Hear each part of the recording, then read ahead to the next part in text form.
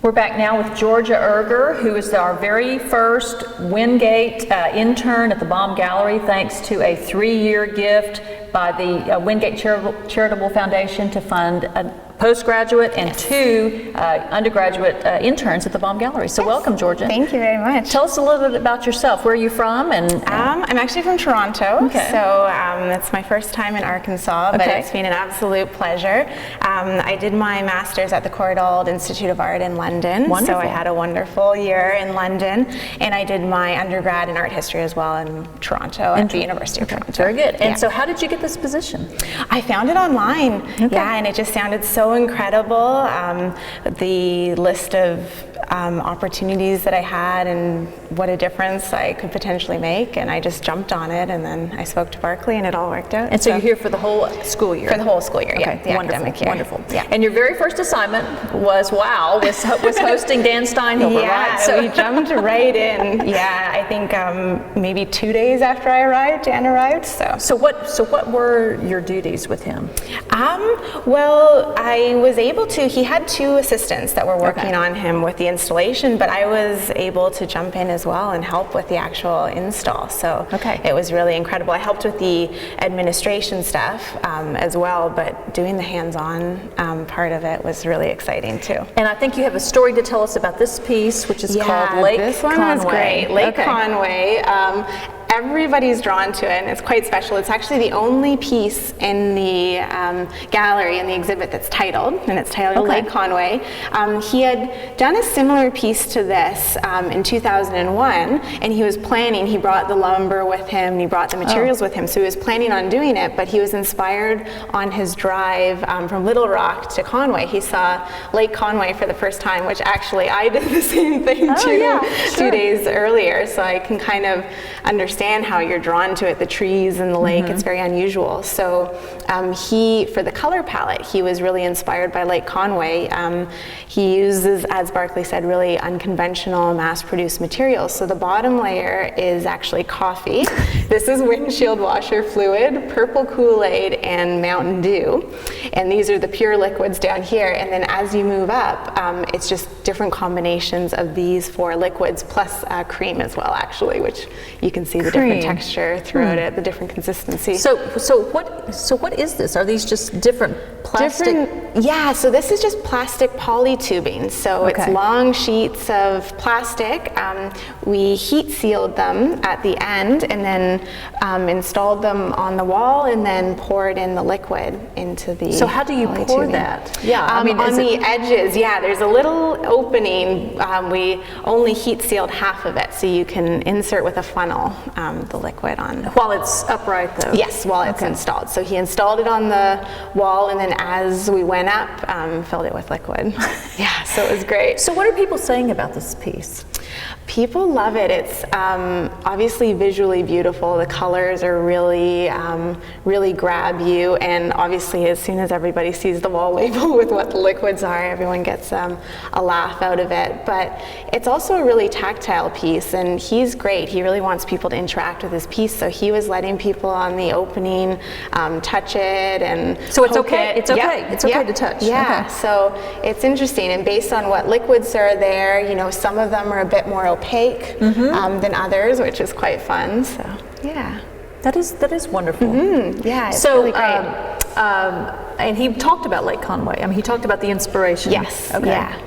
So it's a nice connection. I think that was a bit unexpected. I don't think he was planning that when he came here. He was planning on this piece, but the direction it took just took off when he got here. So how will we uninstall this?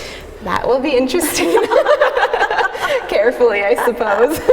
I hope. Yeah, so each piece of lumber is obviously individually drilled into the wall, so we will just start at the top and take it down piece by piece. We'll have to be careful to stay level so it doesn't all spill out.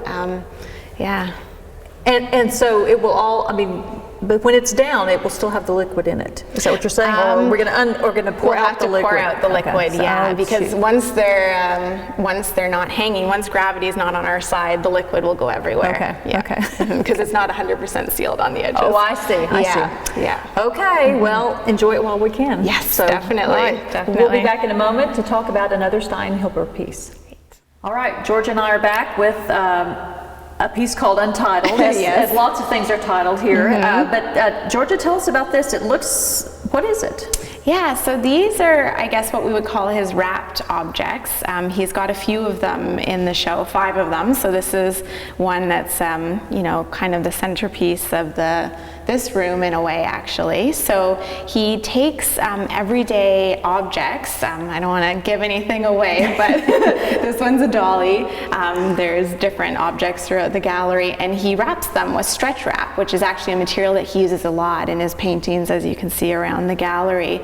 And he just uses primary colored stretch wrap to wrap these objects. And how much wrap are we talking about? Quite a lot, and I think it's quite a strenuous task.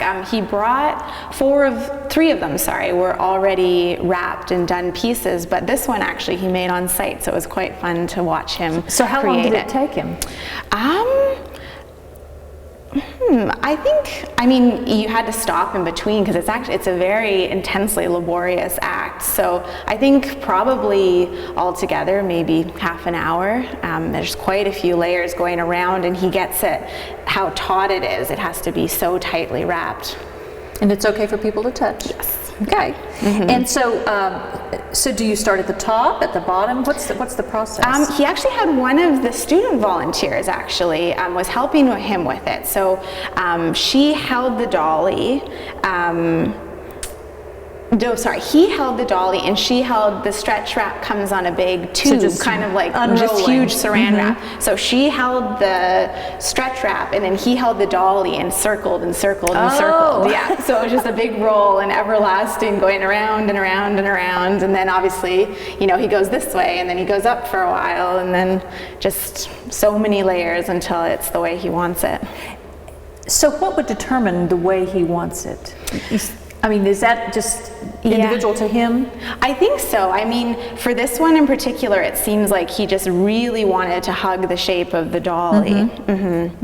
Yeah, so I think it ends up being such an interesting piece because, you know, once you're looking at it, you realize it's a dolly, but then it makes you think, no one ever thinks about the shape or form of something as mundane as a dolly, so it really makes you think about this object in a different way, and you interact with it in a different way, and it's kind of playful how he has it up on a pedestal, sort of referencing more traditional art historical objects that would be raised above the floor, but you know, it's just this common dolly that's being elevated. So Georgia, it's a dolly, but it also sort of mimics other shapes, doesn't it? Have you heard other people say that? Is this something else that's not a dolly? Yeah, what kinds of things? Lawnmower is a popular one, like an old-fashioned push lawnmower. And it is kind of fun because it's interesting, I think, just how people perceive things, because actually I personally did not arrive at a lot of these objects really quickly. There's an ironing board on the other end of the room, and some people come in and they immediately identify it as an ironing board, and since it's tipped on its side, it doesn't look, you know, it's not immediately recognizable, but and that's part of the fun of the exhibit, right? Exactly. Well, let's go ahead and tell, or should we tell what some of the other items are? Yeah, of course.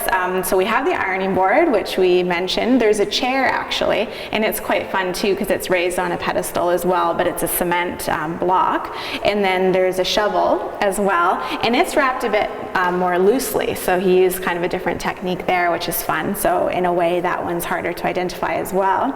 And then we have one in our gallery of paintings, and that one is just a shape he created out of lumber. So it's, that he then wrapped. Yeah. Okay. Yeah. It's not an object. It's just. And so we have various colors of the stretch wrap. Okay. Yeah. So I think it mainly comes in primary colors is how you buy it, and then that's what he uses for his paintings as well. But yeah, when you wrap the same color, they're just very vivid, bright. Yes. And this pedestal is actually made of what? Just cardboard boxes, flattened cardboard. And he decided to do that. Yes. I mean, okay. Yeah, and I think it's, you know, it's a little joke on his part too. It's what you would traditionally use the dolly to carry the cardboard boxes, and now the dolly is on top of the cardboard boxes. So that adds a little element of humor to it as well. So even though we have multiple items in this wrapped collection, they all sort of are different, and you can get something out of each different one. Yeah, and I think they're all very basic items that he uses and that we use and that we encounter in our everyday lives. So,